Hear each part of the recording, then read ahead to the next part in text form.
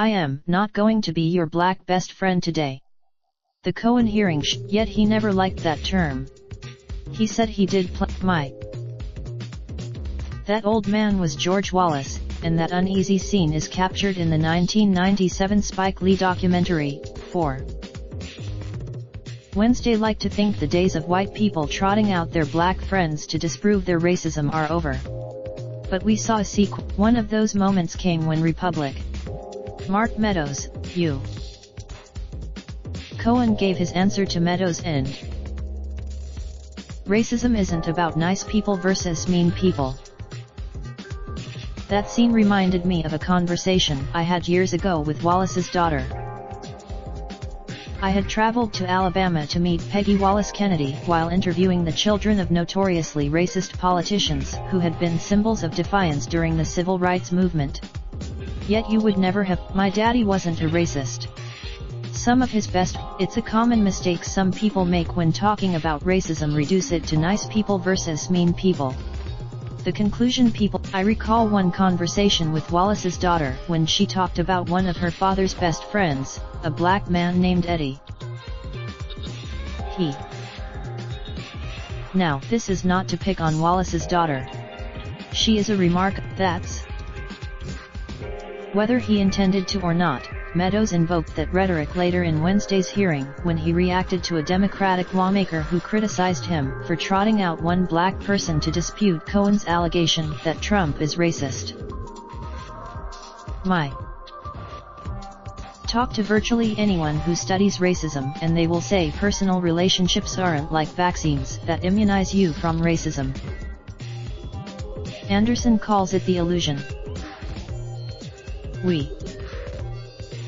Why can't we be friends?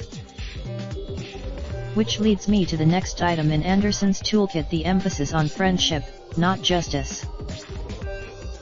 On the day of Cohen's hearing and Meadows' exchanges on racism, a story appeared in the New York Times that illustrates what Anderson is talking about. A new report by the nonprofit EdBuild revealed that school. But which story do you think got more attention, Meadows saying he and Trump weren't racist, or the sprawling racial inequities that are so woven into our everyday lives that hardly anyone even notices them anymore? Sometimes it seems as if some white people are more outraged over being called racist than the actual damage of racism itself. I think that's why so many people of color speak a different language than some white people when it comes to racism. We focus on I had a reminder of that just last weekend in a Sunday school class. The church I attend is studying a book called White. Was I racist when I said this? One person asked. What should I do when I was the only black person in the class, and what I said seemed to spoil the mood. I am not as interested in white people beating themselves up over their racist thoughts, I said. What matters more to me? No. The room went quiet. There was some nervous, how I almost became a token. That was another word we heard after Wednesday's hearing. Some critics call, there's one group, it seems conservatives will never separate from the black token. You could almost hear some people's jaws drop when Meadows asked Patton to stand. Patton, though, she said she never intended to speak for all black people, that she was not a prop and that Democrats.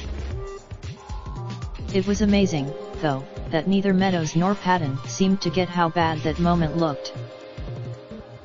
Anderson says it reminded her of the infamous story of Sarah Bartman, an African woman who was put on display in European freak shows during the early 19th century.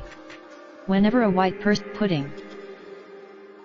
It reminded me of something else. You will never be out of a job if you're willing to reassure some white people that they are not racist. I say this because I was once asked to be a black token. During one of my first jobs as a newspaper reporter, I wrote a column that defended black political conservatives. I was a lowly beat I was invited to go on radio and television and got back slapping letters of encouragement from white conservatives. Then I was offered during my interview with him, I could see what he wanted. I was going to be I turned down the job because I didn't think it would be a good fit. Still, For that was years ago, and I no longer regret my decision. But what I do regret, Wallace did it. And the practice goes, someday, though, maybe a white person will ask some black person to stand by them to vouch for their lack of racism, and the story will end another way. They won't come out, stand up, or sell out. Instead they'll say, Raindrop, drop top, top smoking, no cooking the hot pot. Fucking on your bitch, yeah, that. Looking up, open the park pot.